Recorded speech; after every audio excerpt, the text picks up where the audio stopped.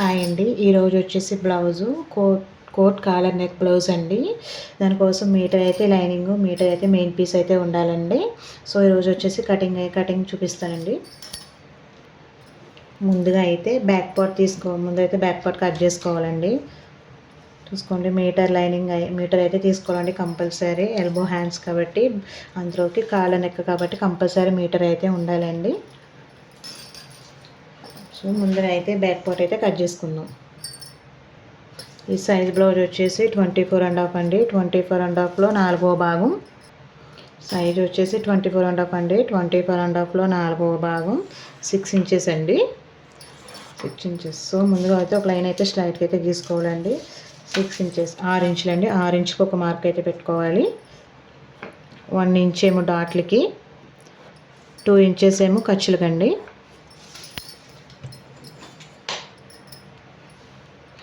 స్ట్రైట్గా అయితే ఒక లైన్ అయితే గీసుకోవాలి. సో ఇది వచ్చేసి మనకి కోట్ కాలర్ నెక్ కాబట్టి చూడండి, ఫుల్ షోల్డర్ తీసుకోవాలండి. ఫుల్ షోల్డర్ వచ్చేసి 7 ఇంచెస్, 7 ఇంచులండి.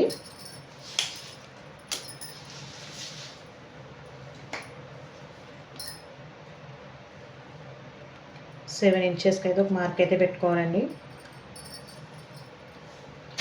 సో ఆది జాకెట్ పొడవు చూసుకోవాలండి. ఆది జాకెట్ పొడవు వచ్చేసి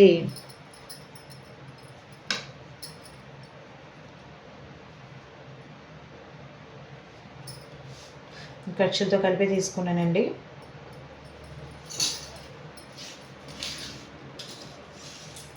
ఆది జాకెట్ పొడవు వచ్చేసి 15 ఇంచులు ఉందండి. ఖర్చులతో కలిపి 15 ఇంచులు అయితే ఉందండి.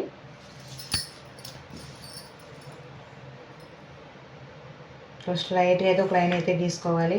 ఫుల్ షోల్డర్ పొడవు వచ్చేసి 7 ఇంచులు, 7 ఇంచెస్.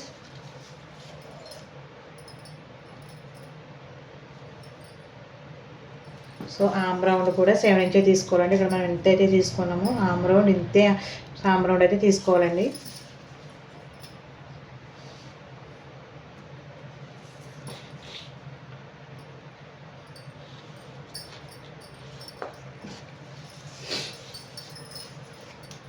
ఒక హాఫ్ ఇంచ్ అయితే ఎక్కువగా తీసుకుని ఇట్లా కవర్ షేప్ అయితే గీసుకోవాలి.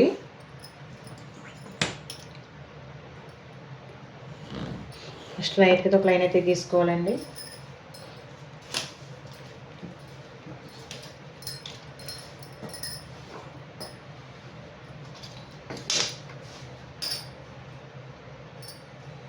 కర్వ్ స్కేల్ అయితే తీసుకుని ఇలా ఆమ్ రౌండ్ అయితే గీసుకోవాలండి. సంకడము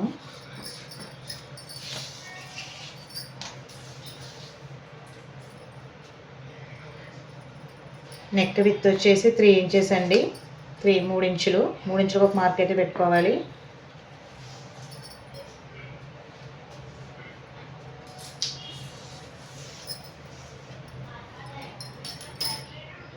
త్రీ ఇంచెస్ అయితే పెట్టుకొని ఒక half inch back neck deep వచ్చేసి 1 ఇంచ్ అండి. ఇది కాలర్ నెక్ కాబట్టి 1 ఇంచే పెట్టుకోవాలి. 1 ఇంచు. సో ఇక్కడ నుంచి ఇక్కడికి ఇలా రౌండ్ అయితే తీసుకోవాలండి. సో ఇక్కడ నుంచి ఇక్కడికి అయితే ఒక నెక్ రౌండ్ అయితే లైట్గా ఒక రౌండ్ అయితే తీసుకోవాలండి. సో ఇదండి బ్యాక్ పార్ట్. మళ్ళీ ఒకసారి ఎక్స్ప్లెయిన్ చేస్తున్నా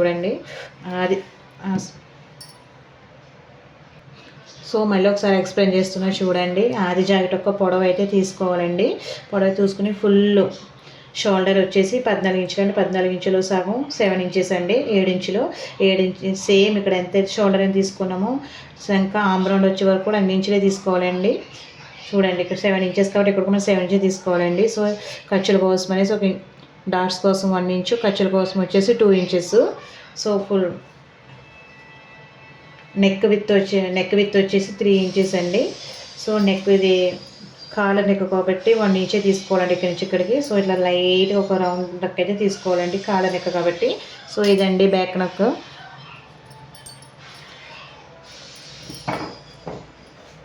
సో ఇంతేనండి బ్యాక్ పార్ట్. సో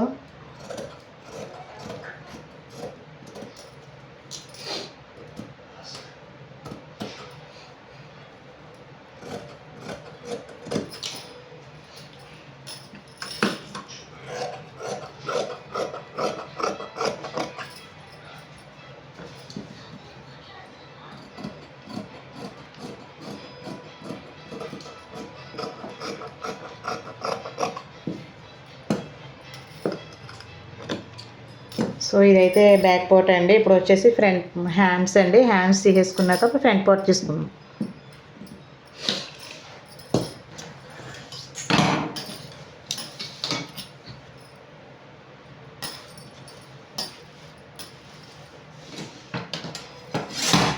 ఇలా హ్యాండ్స్ వచ్చేసి 4 హోల్డింగ్స్ మీద ఉండాలండి.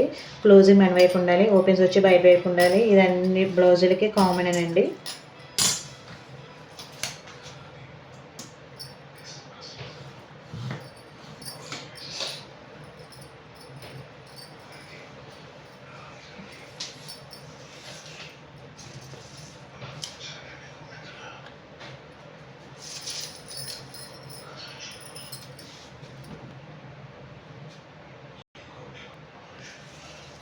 త్రీ హ్యాండ్స్ కాబట్టి 10 ఇంచెస్ అయితే పెట్టుకున్నామండి. ఖర్చులతో కలిపి 10 ఇంచెస్ అయితే తీసుకున్నాను హ్యాండ్స్.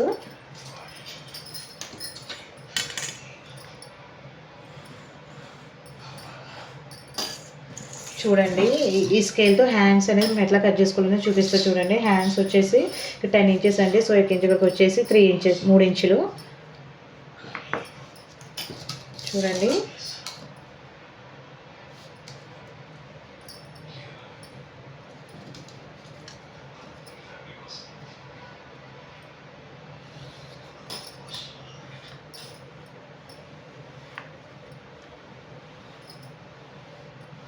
సో ఇంతేనండి హ్యాండ్స్.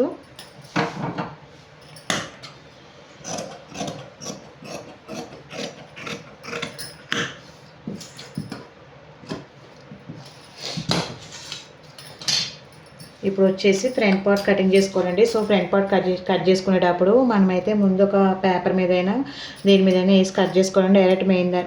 డైరెక్ట్ లైనింగ్ మీద వేసి అయితే కట్ చేయొద్దు. చూడండి నేను దానికోసం అయితే ఒక వైట్ క్యాన్వాస్ అయితే తీసుకున్నానండి. నా దగ్గర అయితే వైట్ పేపర్ లేకపోతే వైట్ క్యాన్వాస్ తీసుకున్నానండి. న్యూస్ పేపర్ మీద కట్ చేస్తే మీకు అర్థమైతే అర్థం కాదనేసి నేను క్యాన్వాస్ మీద అయితే కట్ చేస్తున్నానండి. చూడండి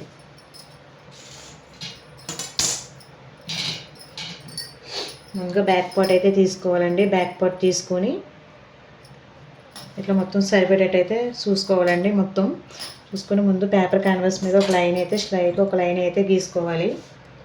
ఇక్కడ హోల్డింగ్ మన వైపు ఉండాలి, క్లోజింగ్ ఇట్లా బయట వైపు ఉండేటట్టు చూసుకోండి. సో మనకు ముందు ఒక లైన్ అయితే గీసుకోవాలి.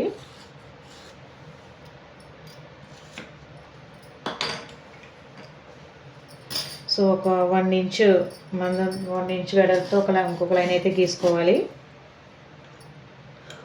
సో నేను స్కేల్తో అయితే స్కేల్ అంత వెడల్పు అయితే ఉంచేస్తున్నానండి. సో ఇప్పుడు బ్యాక్ పార్ట్ అయితే తీసుకోవాలండి. బ్యాక్ పార్ట్ తీసుకుని సేమ్ బ్యాక్ పార్ట్ ఎలా అయితే ఉందో అలా చుట్టూ యాస్టీజ్గా అయితే గీసుకోవాలండి. బ్యాక్ పార్ట్ ఎలా అయితే ఉందో సేమ్ అలాగే రబ్ చేసుకోవాలండి, గీసుకోవాలి.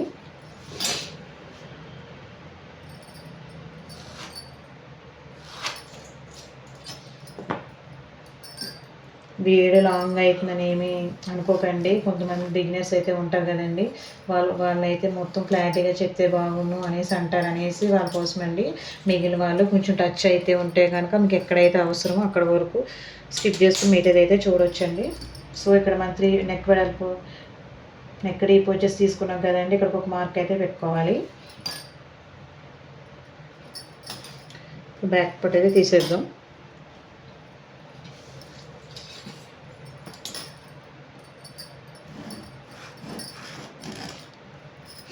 సో ఇదండి ఫ్రంట్ పార్ట్.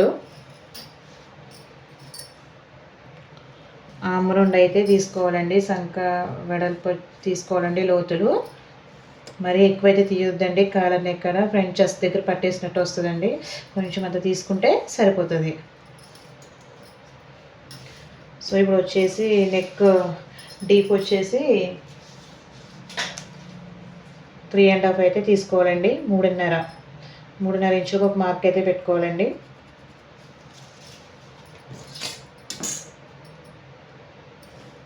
స్ట్రైట్గా అయితే ఒక లైన్ అయితే గీసుకోవాలి.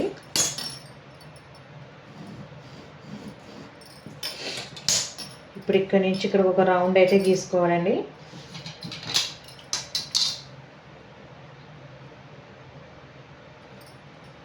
కర్వ్ స్కేల్ అయితే చాలా యూజ్ అవుతుందండి. కర్వ్ స్కేల్ అయితే కంపల్సరీ అందరూ తీసుకోవాలి, టైలర్ చేసే వాళ్ళందరూ ఎవరైనా కానీ ఇట్లా తీసుకోవాలండి. నెక్ డీప్ వచ్చేసి 3.5 అండి. సో ఇప్పటి నుంచి ఇక్కడికి కాలర్ డీప్ వచ్చేసి 7 ఇంచెస్ అండి. మన ఇష్టం అండి, 7 ఇంచులైనా పెట్టుకోవచ్చు, 7.5 ఇంచులైనా పెట్టుకోవచ్చు, ఎంతైనా పెట్టుకోవచ్చు అండి. సో నేను వచ్చేసి 7 ఇంచులకి అయితే ఒక మార్క్ అయితే పెట్టుకుంటానండి. 7 ఇంచులకు ఒక మార్క్ అయితే పెట్టుకుంటాను. సో మనం ఇక్కడ నెక్ డీప్ అయితే తీసుకున్నాం కదండి, ఇక్కడి నుంచి ఇక్కడికి ఒక కర్వ్ అయితే గీసుకోవాలండి. ఇక్కడి నుంచి ఇక్కడికి ఒక కర్వ్ కింద అయితే ఒక గీసుకోవాలి. ఇది కాలర్ నెక్ కాబట్టి అండి. సో ఇట్లా ఒక కర్వ్ కింద అయితే గీసుకుంటే సరిపోతుంది. ఇక్కడి నుంచి ఇక్కడికి 7 ఇంచులండి. సో ఇప్పుడు మనం బ్యాక్ పార్ట్ తీసుకున్నాం కదా, బ్యాక్ పార్ట్లో నుంచి 2 ఇంచులు అయితే పైకి అయితే ఒక మార్క్ అయితే పెట్టుకోవాలి. మార్క్ అయితే పెట్టుకుని స్ట్రైట్గా అయితే ఒక లైన్ అయితే గీసుకోవాలండి.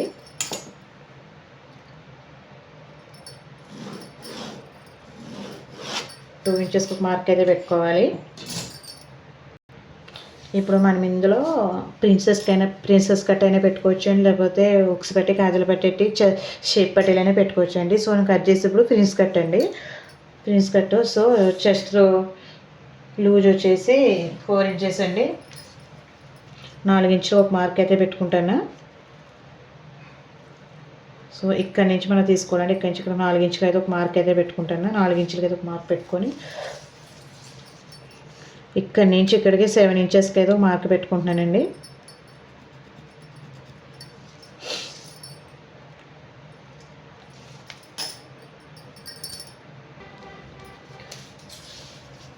చెస్ట్ లైన్ వచ్చేసి ఇక్కడి నుంచి ఇక్కడికి అయితే 4 ఇంచెస్కి అయితే మార్క్ పెట్టుకున్నానండి. సో స్ట్రైట్గా అయితే ఒక లైన్ అయితే గీసుకోవాలి. ప్రిన్స్ కట్ కాబట్టి ఇక్కడి నుంచి ఇక్కడికి 5.5 ఇంచులకి అయితే ఒక మార్క్ అయితే చేసుకోవాలండి. ఇది 36 సైజ్ బ్లౌజ్ కాబట్టి. సో ఇలా స్ట్రైట్గా అయితే ఒక లైన్ అయితే గీసుకోవాలి.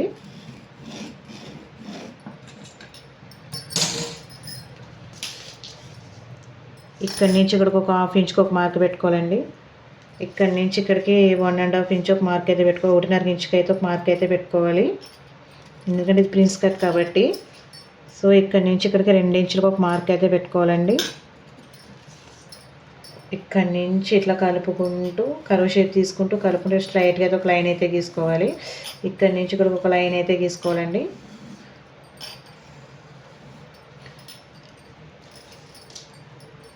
మీకు అర్థం అవ్వడం కోసం ఒకసారి చాక్ పీస్ అయితే గీసి చూపిస్తున్నా చూడండి.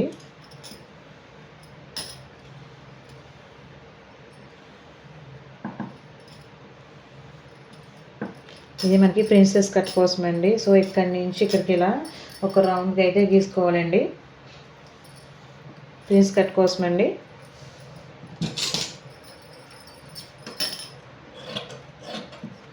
సో ఇంకొక విషయం అండి, ఇక్కడ ఎన్ని ఇంచు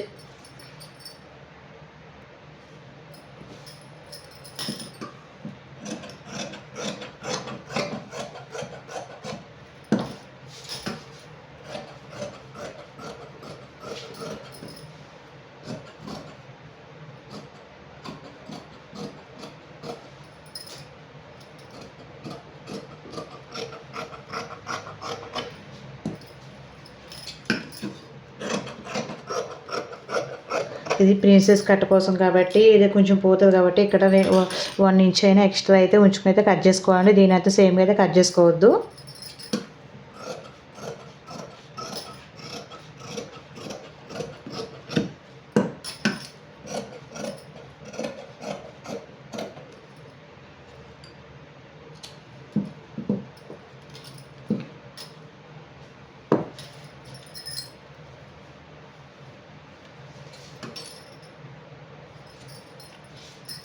సో ఇంతేనండి ప్రిన్సెస్ కట్ ఫ్రంట్ పార్ట్. ఇప్పుడు మెయిన్ పీస్ మీద వేసుకుని ఎట్లా కట్ చేసుకోవాలని వీడియోలో చూపిస్తున్నా చూడండి.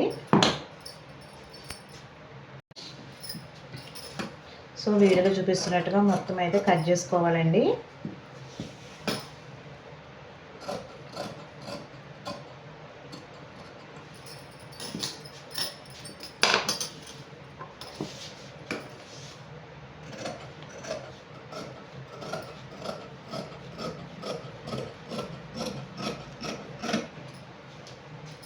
మొత్తం వీడియో చూపిస్తున్నట్టు ఇట్లా అయితే కట్ చేసుకోవాలి. కట్ చేసుకున్న తర్వాత ఎప్పుడు దీన్ని మెయిన్ ఫ్యాబ్రిక్ మీద వేసుకుని ఎట్లా కట్ చేసుకోవాలనేది చూపిస్తున్నాను చూడండి. ఇందాక మనం బ్యాక్ పార్ట్ హ్యాండ్స్ కట్ చేయగా మిగిలిన క్లాత్ అండి. క్లోజింగ్ వన్ వైపు ఉండేటట్టు చూసుకొని ఫ్యాబ్రిక్ అయితే పెట్టుకోవాలండి. ముందుగా కట్ చేసిన పేపర్ అయితే తీసుకొని సేమ్ యాస్టిజ్ ఎలా ఉందో అలా అయితే పెట్టుకొని కట్ చేసుకోవాలండి.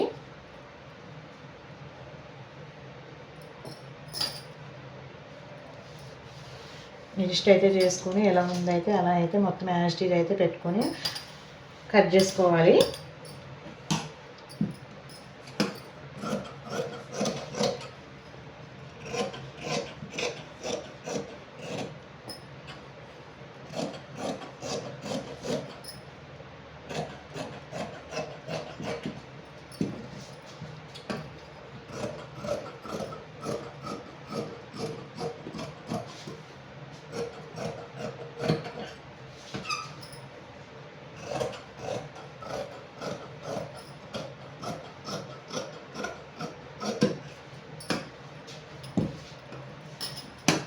సో ఇలా నీట్గా మొత్తం ఎడ్జెస్ లేకుండా ఎక్కువ తక్కువ ఏమీ లేకుండా సమానంగా అయితే కట్ చేసుకోవాలి.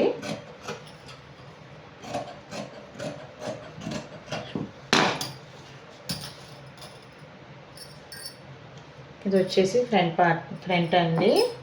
ఇంకా మన ప్రిన్సెస్ కట్ కోసం కూడా కట్ చేసాం కదండి, ఆ ఫ్యాబ్రిక్ కూడా వేసుకొని చూసుకోవాలండి. అతుకో అట్లాంటివి ఏమీ లేకుండా అంతా హెచ్చు తగ్గులు ఏమీ లేకుండా నీట్గా అయితే పెట్టుకొని చూసుకోవాలి.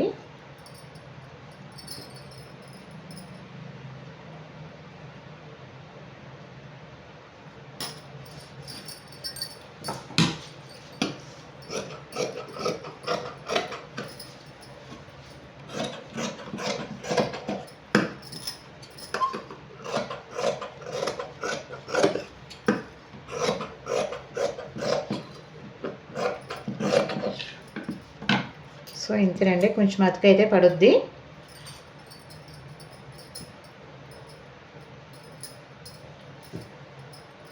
సో ఇంతేనండి ఫ్రంట్ పార్ట్. ఇప్పుడు మెయిన్ ఫ్యాబ్రిక్ మీద వేసిన ఎలా కట్ చేసుకోవాలనేది చూపిస్తాం. మెయిన్ ఫ్యాబ్రిక్ కూడా మీటర్ అయితే ఉండాలండి. సో కాలర్ నెక్ కాబట్టి చాలా క్లాత్ అయితే పడుతుంది. సో చూడండి, ముందుగా అయితే అన్నీ సెట్ చేసుకోవాలండి. మెయిన్ క్లాత్ మీద క్లాత్ అయితే ఎక్కువే ఉండేటట్టు చూసుకోండి. కాలర్ నెక్ కాబట్టి చాలా క్లాత్ అయితే ఎక్కువ పడుతుందండి.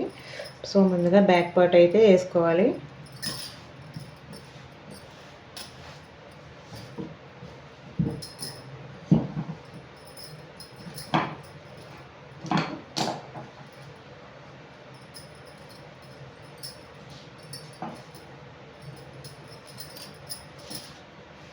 బ్యాక్ పార్ట్ వేసి ముందు బ్యాక్ పార్ట్ అయితే కట్ చేస్తానండి. నాకు కొంచెం టేబుల్ అయితే ఇబ్బందిగా ఉంది.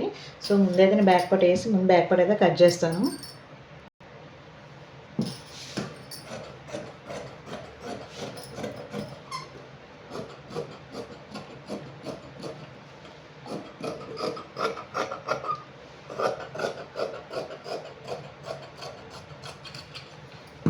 బ్యాక్ పార్ట్ అయితే తీసేసానండి.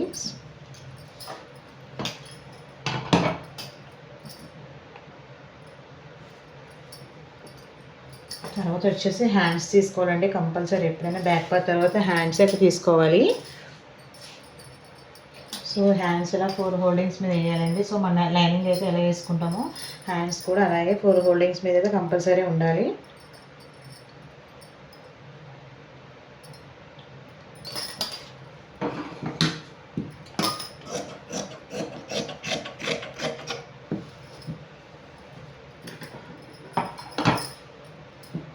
ఇప్పుడు మిగిలిన ఫ్యాబ్రిక్ మీద అయితే మనం ఫ్రంట్ పార్ట్ కట్ చేసుకున్నాం కదండి, princess cut and collar neck, అదైతే సెట్ చేసుకోవాలండి. ఇలా ఓపెన్స్ ఉన్నది మనకి వెళ్ళైనా క్లోజ్గా ఉన్నా సరే మనకి వెళ్ళైనా ఎట్లయినా సరే అడ్జస్ట్ అయితే చేసుకోవాలండి. క్లాత్ అయితే ఎక్కువ ఉండేటట్టు చూసుకోవాలండి, ఎందుకంటే ఇది కాలర్ నెక్ కాబట్టి అడ్జస్ట్ చేసుకుని అయితే కట్ చేసుకోవాలి. అసలు క్లాత్ అయితే అస్సలు వేస్ట్ చేయకూడదండి. సో ఎంత అయితే సరిపోతుందండి కాలర్ నెక్ కాబట్టి. సో కట్ చేస్తున్నా చూడండి.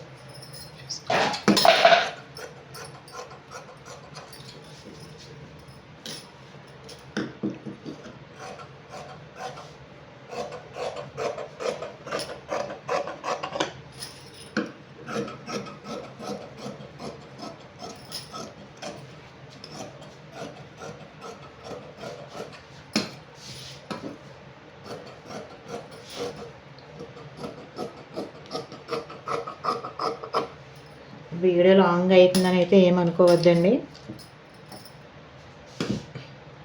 నేనైతే బిగినర్ని దృష్టిలో పెట్టుకుని అయితేనే మరీ క్లారిటీగా ఎక్స్ప్లెయిన్ అయితే చేస్తున్నానండి.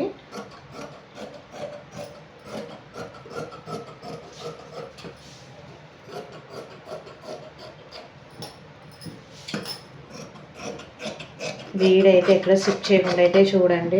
కొన్ని టిప్స్ అయితే మిస్ అవుతారండి.